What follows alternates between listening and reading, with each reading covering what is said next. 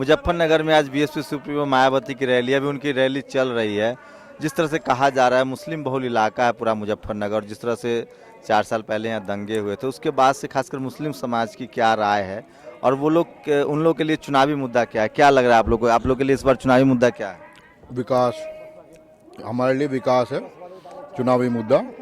और सारा मुस्लिम समाज जो है बहन जी के साथ, पूरे बहुमत से जो है बहन जी की सरकार बनाने में पूरी मदद करेंगे।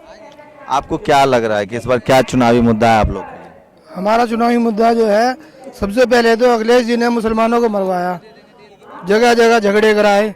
अब हम ऐसी सरकार चाहते हैं जहां झगड़ा ना हो और सही सरकार बने। क्या लगता है कि मायावती के राज में सांप्रदायिक दंगे नहीं हुए, इसका फायदा मिल रहा है उनको? इसका फायदा मिल रहा है उनको, क्योंकि उनके कार्यकाल में कभी भी सांप्रदायिक दंगे नहीं हुए और इसका फायदा उन्हें बहुत बढ़िया मिलेगा और इस बार वो 5वीं बार मुख्यमंत्री जरूर बनेंगे। तो अखिलेश कह रहे हैं कि जिस तरह से कांग्रेस के साथ गठबंधन हुआ है उससे वो बैकफुट से फ्रंट फुट पे आ गए, इससे आप लोग इत्तेफाक रखते हैं? नहीं, ऐसा कुछ नहीं है। कांग्रेस से गठबंधन का कितना फायदा मिलेगा? कोई लाभ नहीं होगा। तो आप लोग के लिए क्या है मुद्दा इस बार, चुनावी मुद्दा क्या है? मुद्दा नोटबंदी का है, एडमिनिस्ट्रेशन का है। सबसे अच्छा एडमिनिस्ट्रेशन जो सर्वे हुआ वो बहन जी का ही आया उसमें भी। लेकिन टीवी सर्वे अखबारों में तो बीएसपी को एकदम रेस से बाहर दिखाया जा रहा है। ये सब मीडिया बिका हुआ है तुम्हारा। कुछ नहीं है ऐसा। इस बार बहन जी सरकार बना रही है और बहुमत से बनाएंगे।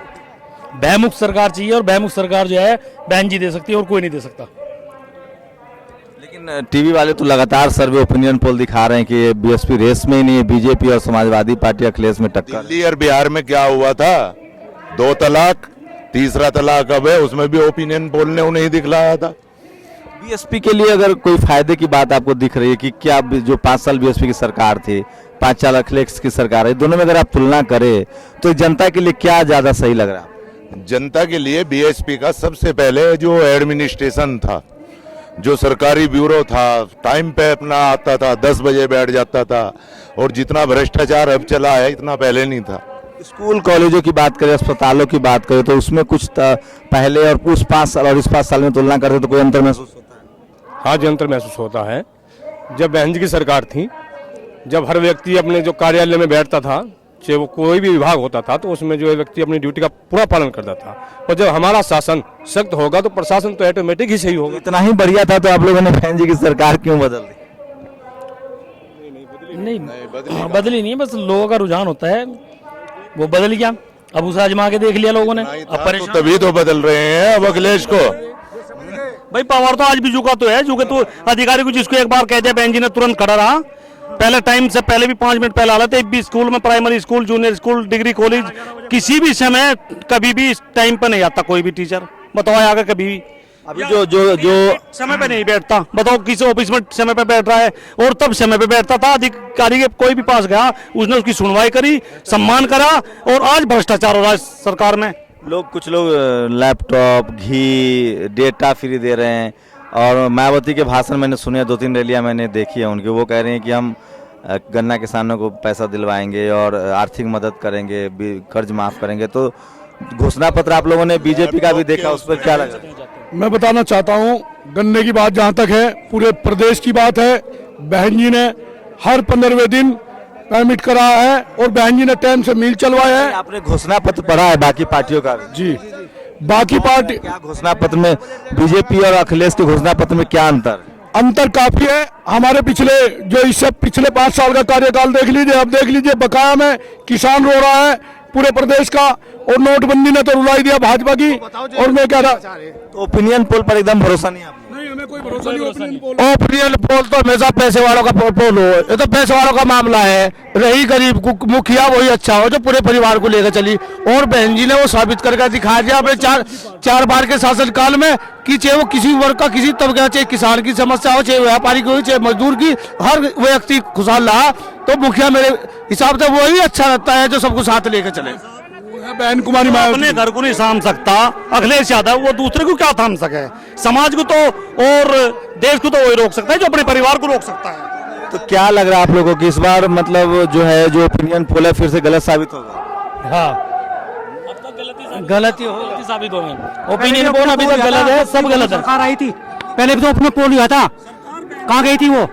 जब और मोदी जी तो कह रहे हैं कि नोटबंदी पर यूपी की जनता उनके साथ है। रिजल्ट आ जाएगा अभी 11 मार्च के बाद पता चल जाएगा मोदी जी को भी।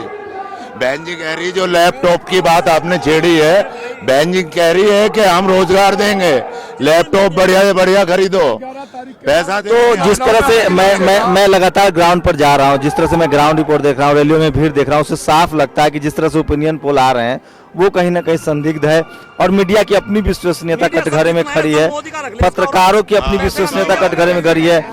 जिस तरह से बिहार के एग्जिट पोल और दिल्ली का एग्जिट पोल गलत साबित हुआ, ओपिनियन पोल गलत साबित हुआ, अगर यूपी का ओपिनियन पोल गलत साबित होता है तो मीडिया एक बार फिर से कटघरे में खड़ा होगी। और मैं ज्यादातर लोगों से बात कर रहा हूँ, वो कह रहे हैं कि ओपिनियन पोल पर उनको भरोसा नहीं है। तो इससे साफ है कि लोग टीवी के इतर भी सोच रहे हैं। बताइए क्या हाँ जी, मीडिया भाई पैसे वाले का हो रहा, मोदी का रखलेस का मीडिया हो रहा, क्लियर दिख रहा, पहले से भी है, आज भी यही है।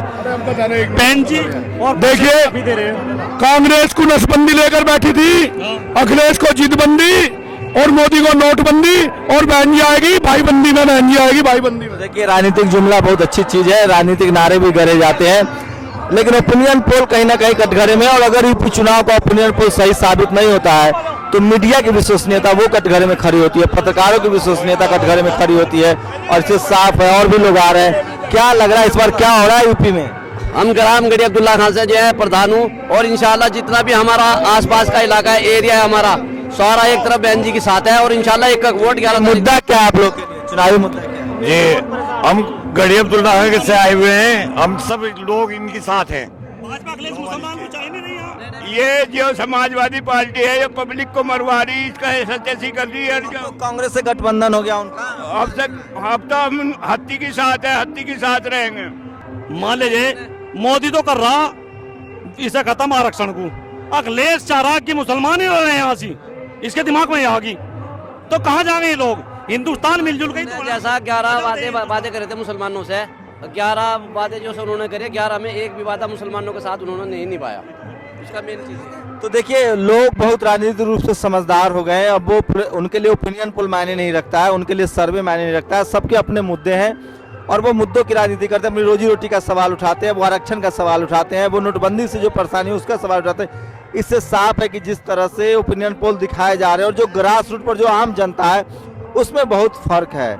और मेरी यही कोशिश है कि ग्राउंड पर क्या सच है वो लोग जाने, और नेशनल दस्तक की कोशिश है कि आपको सीधे जनता का ओपिनियन बताया जाए। और मेरी वही कोशिश है कि लोग के अपने मुद्दे हैं वो जाने और उसके आधार पर वोट कर रहे हैं लोग। इसलिए ओपिनियन पोल के आधार पर आप अगर कयास लगा रहे तो हो सकता है कि आपका कयास गलत साबित हो।